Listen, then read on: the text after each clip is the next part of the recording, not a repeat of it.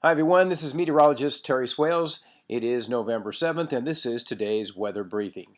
And there's no joy in the weather world today if you're a snow fan. Both the GFS and the European have totally backed off on the snow event for next week. The trends were starting to show up last night, and today all the indicators are that this is going to be a minimal event as far as snow is concerned. However, there will be plenty of cold temperatures for next week, so we will get in on that. Let me show you the 500 millibar chart here, and this was for Sunday night, and you can see a pretty good swath of cold air trying to drop into the north central United States up in this area right in here. Now the models have initialized where this is going to go a little bit differently today, and that's going to make all the difference in the world as far as who gets snow out of this system and where it's going to get kind of tough.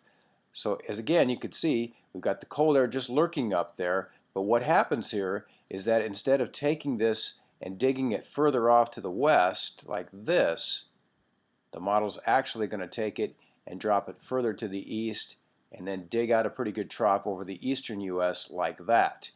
Now that big shift off to the east does not allow the system to dig or amplify to the west, which means it's going to be very starved for moisture, and any snow that comes out of this in our area is going to be pretty minimal. And the big winners, as you can see, will be this area out in the eastern United States, where there could be some pretty good snows in parts of the mid-Atlantic and maybe even into some of the Ohio Valley, because by that time, with the amplification of the storm, it gets some moisture in it and the energy is rounding the trough and things come together for a potential storm out that way. So for us, this is what we're anticipating. The cold air does come on through and kind of just sinks southward into the area, and some minor disturbance rippling along that will cause some snow showers to develop sometime Monday night or Tuesday, but they're going to be quite light, and accumulations probably less than an inch in most locations.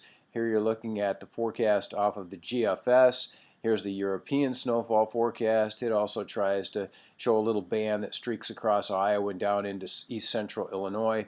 But again, the screaming message there is limited moisture and just things not coming together. So just a minor snow event. But the cold air is definitely significant. There's a massive high pressure that'll be building southward out of Canada. And this is an interesting chart here. It's a combination of the European and the GFS, and it shows what their temperature anomaly would look like for the 6 to 10 day period, November 12th through the 16th. And all that area that you see covered there in green, anywhere from 9 to 15 degrees below normal on temperatures. That is a huge departure, and there's going to be some cold days coming up for a while next week. In fact, if you take a look here at the high temperatures off the GFS, you can see only 30 degrees for the high temperature next Tuesday in the Quad Cities, and some points north and west of here not getting out of the 20s. That is a very chilly air mass for November, especially early November. And here's the low temperatures then on the following morning, and a lot of spots down in the upper teens to near 20. Some readings even colder than that up there in northeastern Iowa and Wisconsin, where it's not too much above 10 degrees. So if we had had some snow on the ground, this would have been a real serious outbreak of cold air, probably some near record cold. But it doesn't appear like that's going to be a big issue. Again, just minor accumulations across the area, but plenty of cold air sinking into the Midwest for a few days next week. So that's what we're seeing on the weather charts this morning. Thanks again for checking out the briefing, and as always, roll weather.